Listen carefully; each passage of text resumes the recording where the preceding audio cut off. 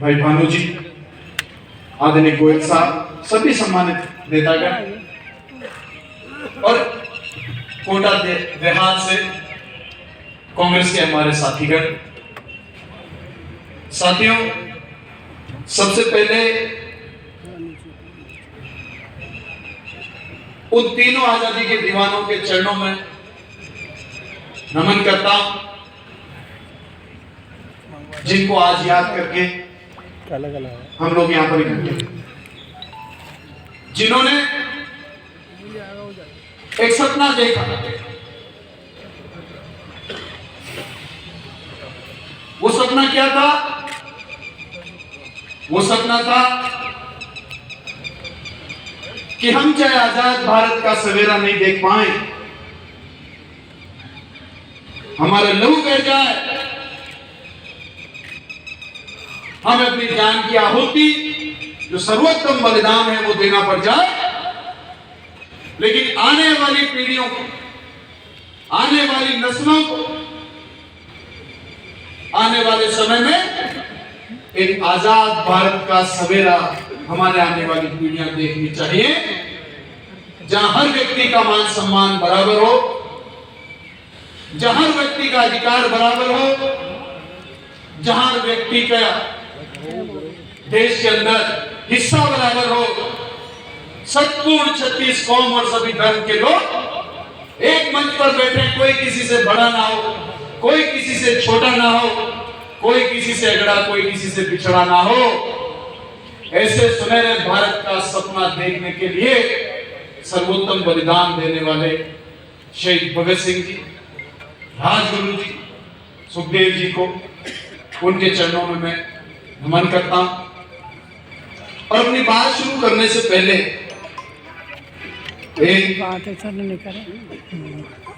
क्योंकि 5-7 दिन से एक डायलॉग तो फेमस हो गया, कौन से की बात कर रहा हूं बताओ? संघर्ष महाभीषण होगा। आप सब लोग यहां इसीलिए आए हो क्योंकि अब आपको पता है, विश्वास है कि ये संघर्ष महाभीषण हो। इसीलिए कार्यकर्ता में उत्साह, नेताओं में उत्साह,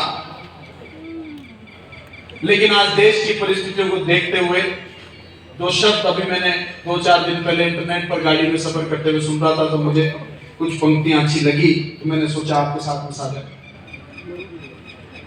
रामधारी सिंह दिनकर जी की पंक्तियां हैं, जो इस देश में हालात और आपके कोटा में हालात हैं, उसके ऊपर रामधारी सिंह जी दिनकर की पंक्तियां उन्होंने लिखी महाभारत के समय। वर्षों तक वन में घूम घूम, बाधा विघ्नों को चूम चूम, से दूब गांव पानी पत्थर, पांडव आए और निखाए। सौभाग्य न सतदिन सोता है, देखो आगे क्या होता है। मैत्री की राह बताने को, सबको सुमार्ग पर लाने को, दुर्योधन को समझाने को, भीषण विध्वंस बचाने को, भगवान हस्तिनापुर आए। भगवान हस्तिनापुर आए, पांडव का संदेश लाया। दो न्याय अगर तो आजा दो, पर इसमें भी अगर बाधा हो तो दे दो हमको 5 गांव और धरती रख लो अपनी तमाम। हम वही खुशी से रह लेंगे, परिजन की हंसी ना उठाएं। दुर्योधन वो भी दे ना सका, दुर्योधन वो भी दे ना सका, आशीष समाज का ले ना सका, उल्टे हरि को बांधने चला, जो था असाध्य उसको साधने चला। जब नाश मनुष्य पर छाता है, पहले विवेक मर जाता है।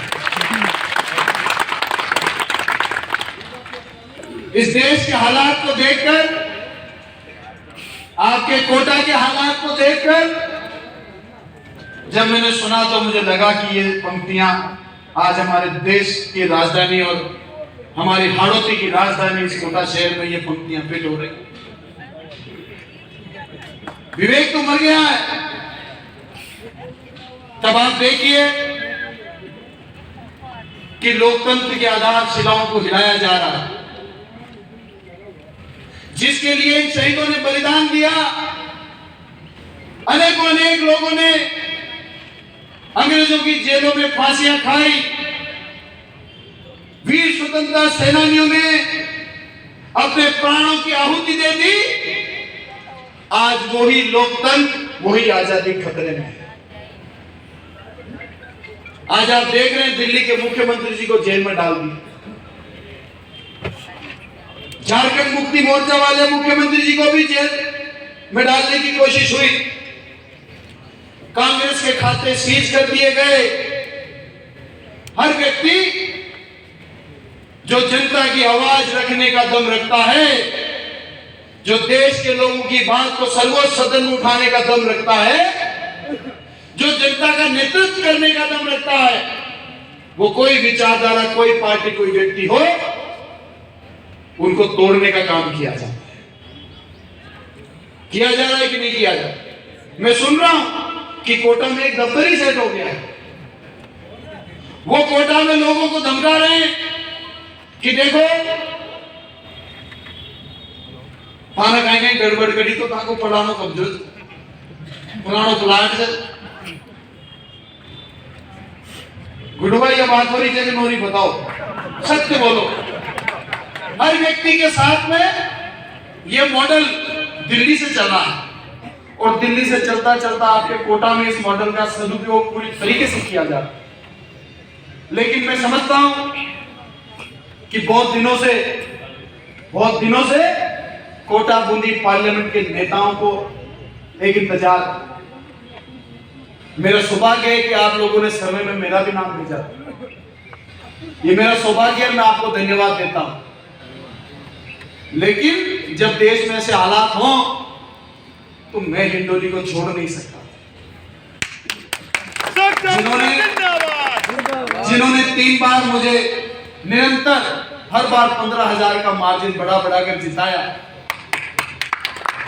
उन लोगों को अकेला मैं छोड़ नहीं सकता।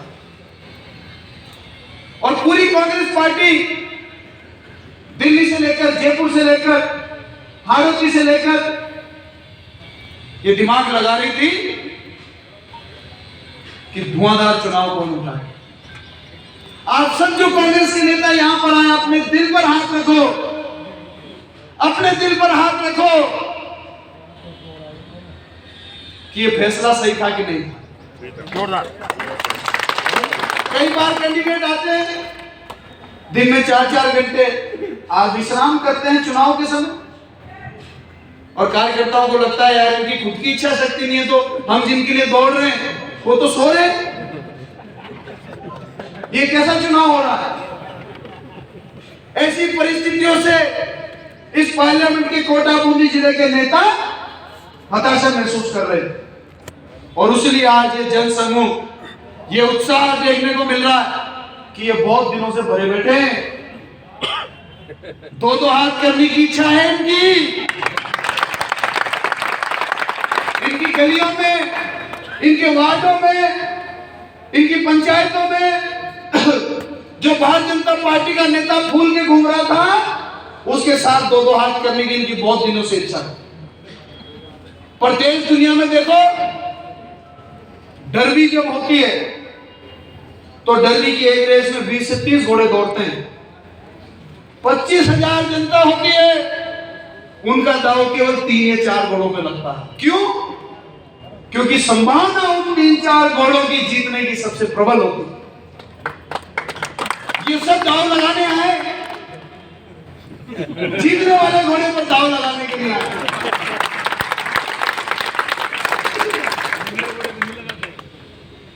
इनके अंदर जो उत्साह है वो इसी बात का है कि इस बार मजा आएगा।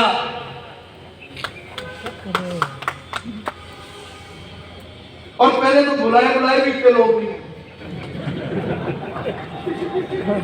क्योंकि इनके अंदर जो हुस है ना 2-2 हाथ करने की, वो हूस इनको खींच के लाई है कि अब रगड़ाना है बेटा ने बताऊंगा मैं भी कई चीज। तो मैं आपसे आह्वान कर रहा हूं कि कोई अपने को चाहे कहने नहीं आए, अपना बूथ अपनी पंचायत हाथ से लग जाओ। कांग्रेस पार्टी मजबूत कैंडिडेट ही देगी जो आपके दिल को ये लगेगा कि ये धुआं निकाल देगा, ऐसा कैंडिडेट देने वाली है कांग्रेस पार्टी। पर तैयार हो जाओ, 1 महीने के लिए छुट्टियां ले लो सब कामों से, तैयार हो, बाकी सब काम छोड़ दो 1 महीने के लिए, छोड़ दिया। और इस विश्वास के साथ निकलो कि 1 महीना हमने देश को बचाना है, हमने हमारे बेटे बेटियों के भविष्य को बचाना है। अगर एक तरफा लोकतंत्र की व्यवस्था हो गई तो आने वाले समय में सड़क के ऊपर लोग दादागिरी करेंगे, थानों में केस दर्ज नहीं होंगे, ऐसे हालात ऐसे पैदा हो जाएंगे, आप देख लें। भाई भानु बना कह रहे थे, सही बात है। वो मैंने पीसीसी के अंदर एक मुद्दा उठाया था, जब मीडिया के लोगों ने पूछा कि मोदी जी कह रहे देश मेरा परिवार, मोदी का परिवार, तब मैंने कहा मोदी जी से मेरे 2 सवाल है कि अगर आपको ये लगता है कि ये देश आपका परिवार है तो इस देश में ऑनलाइन सट्टा क्यों चल रहा है, ये युवा बर्बाद क्यों हो रहे हैं। तब तक तो मेरे मन में केवल सवाल था, लेकिन जैसे इलेक्ट्रल बॉन्ड खुला मेरे को जवाब मिल गया। 1350 करोड़ रुपए देके बैठे भाई साहब, 1350 करोड़ इलेक्ट्रल बॉन्ड में ये ऑनलाइन जुआ खिलाने वाले चंदा लेके बैठे, इसलिए आंखें बंद। आज गांव गांव में नशा पहुंच गया है। आपके दिलों पर हाथ रखो कि गांव गांव में नशा पहुंचा ही नहीं पहुंचा पूरे देश के। हमारी आने वाली पीढ़ियों की क्या दशा और दिशा होगी अगर ये जुए का जमाना और नशे का जमाना चलता रहा। तो कांग्रेस ने 60 साल इस देश को चलाया है। लोग कहते हैं कांग्रेस ने क्या किया, और मैं कहता हूं कांग्रेस ने क्या नहीं किया। आजादी की लड़ाई से लेकर इस देश को बनाने का काम कांग्रेस पार्टी ने किया। पुलिस की व्यवस्था कैसी होगी ये काम कांग्रेस पार्टी ने किया। कलेक्ट्री में काम कैसे होंगे व्यवस्था बनाने का काम कांग्रेस ने किया। अस्पताल बनाने का काम कांग्रेस ने किया। स्कूल बनाने का काम कांग्रेस ने किया। डॉक्टर लगाने का काम कांग्रेस ने किया। सड़कें बनाने का काम कांग्रेस ने किया। जिस देश में एक सुई नहीं बनती थी उस देश को दुनिया की सबसे तेज बढ़ती हुई इकोनॉमी बनाने का काम अगर दुनिया में किया तो कांग्रेस पार्टी क्या नहीं किया। और सामान्य प्रधानमंत्री जी क्या कर रहे हैं? अच्छा हुआ जो पहले किसी ने जवाब नहीं दिया कि कांग्रेस ने क्या किया, क्योंकि जो जो जवाब ना था वो सब बिक जाता। रेल बेच दी, सरकारी कंपनियां बेच दी, पोर्ट बेच दिए, एयरपोर्ट बेच दिए। अब तो भविष्य के सपने बेचने में लगे हुए हैं। अब इसको यहां पर रोक लो, नहीं तो बहुत देर हो जाएगी और ऐसी परिस्थिति हमारे सामने पैदा हो जाएगी कि जब अपने सिर को पकड़कर रोने के अलावा कोई रास्ता नहीं बचेगा। आज सुप्रीम कोर्ट मजबूती से खड़ा है, कह रहा है कि इलेक्ट्रल बॉन्ड सामने लाइए। जो कंपनी 2 करोड़ मुनाफा कमा रही है वो 200 करोड़ चंदा ले रही है। ये कौन सा धंधा है भाई? जिस पर ईडी की रेड आज पड़ रही है वो 5 दिन बाद चंदा दे रहा। ये क्या हो रहा है देश में? क्या हमको आंखों से दिख नहीं रहा है? सबको पता है ये बात, सबको पता है, लेकिन हमको घर चुप नहीं बैठना है। क्या हम अपने आने वाली पीढ़ियों के लिए एक ऐसा हिंदुस्तान बना के जाना चाहते हैं जहां सर्वोच्च पदों पर भ्रष्टाचार हो, खुला भ्रष्टाचार हो, कहकर करें कि भैया अब तो खुल गया, तब भी उसकी खिलाफत नहीं करेंगे? ऐसा भारत हम बनाना चाहते हैं? क्या हम चाहते हैं कि हमारे बेटे बेटी पोते पोती ऐसे भारत में सांस लें जिसमें भ्रष्टाचार का चलन आम हो? चाहते हो क्या ये? तो ये चुनाव है हमारे पास में एक मौका, कैंडिडेट भी कांग्रेस दमदार देगी और पूरी दमदारी के साथ लगना है। कौन कौन लगेगा वो हाथ खड़ा करके विश्वास दिलाए कि पूरी ताकत के साथ में लगे, सब लगेंगे। एक और परिस्थिति आएगी अभी तो, हमारी बात सुनो, एक और परिस्थिति होगी। परिस्थिति कहां आओगी? कब चंद लोग खगा रहे साहब मां तो कांग्रेस छोड़ रहे हैं, माने तो यो फैसलो बढ़िया लागे वो न लागे, शान का भी होगा चुनाव तक। बहुत तंत्र मंत्र जंतर जादू मंत्र टोना तो घना सारा ये सब आओगा। क्यों? क्योंकि दर्दना बढ़ता ही लिफाफा बढ़ जाए। वो कह दे ना कि सावधानी हटी नुकती पुड़ी बड़ी, तो दमदार के लिए आए और लिफाफा ढीला हो जाए। व्यवस्था लिफाफा कीजिए, कुछ न जाने बात में जानो जो। अब ये जितना भी लोग डाकेगा या सब जितनी ताकत से डाकेगा समझिए उतना ही बड़ो लिफाफा है।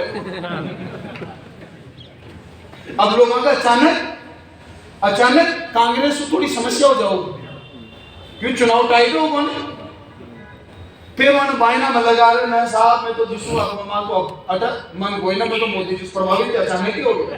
अरे भाई ते अचानक ही प्रभावित हो गया मोदी जी से, काहे हुए कांग्रेस? आज तो 10 साल तो मोदी जी गालियां दे रहे थे, ताकि साथ तो कांग्रेस में ऐसी कोई दमनकारी बात भी नहीं कि ताकि अधिकार की मान सम्मान की हानि हुई हो, भावी बात नहीं। कोई आपका अपमान हो, कोई आपका मान सम्मान की हानि हो तो पूरा अधिकार से ठोकर लड़ो, चाहे अपना सी लड़नी पड़े, कहीं दिक्कत हो। मैं तो विरोध में भी आंदोलन किया, अपनी सत्याग्रह में भी आंदोलन किया। सही बात का सही मुद्दा होना चाहिए, उसको जनता पहचान।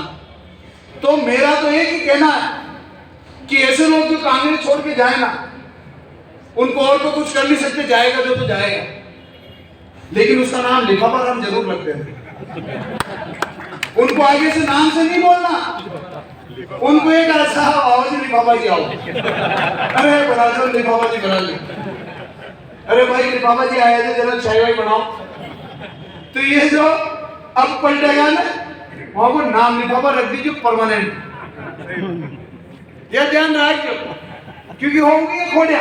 आजकल राजनीति में कई पैतरा लोग सोचे वो वही इतना लोग चल गया। एक जमाने में तो गांव का वोट एक पटेली डला दे, हाँ तो घर में चार जगह जाओ। हर वोटर को अपना दिमाग से, अपनी सूझबूझ से और अपनी समझ और कार्यकर्ता ने विश्वास है। कई बार जो कांग्रेस कैंडिडेट दे बॉडी कम से कम 1.5-2 लाख वोट तो ऐसा होगा कांग्रेस का, तो बीसी ग्रुप पड़ा चल या तो बीसी ग्रुप से तो 4-5 लाख को मार्जिन तो अटी कोटी यूं ही होगा खत्म।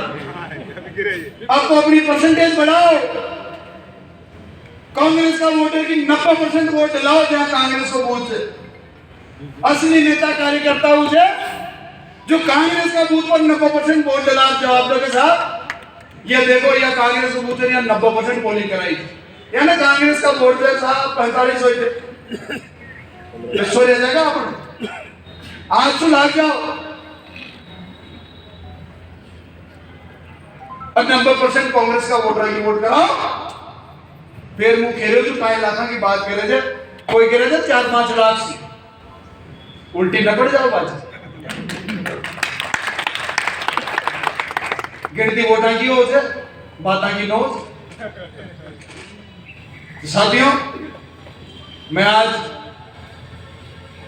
उन आजादी के दीवानों को नमन करने के लिए आपके बीच में आया, लेकिन मुझे लगा क्योंकि भाई भानुमना ने कहा कि आप भी भाई, मैं तो बूंदी का हूं, मैं तो इस पार्लियामेंट का भी नहीं, मैं तो हिंडोली का हूं, पर मुझे मेरी जिम्मेदारी लगी कि नहीं याचना नहीं है वरण हो।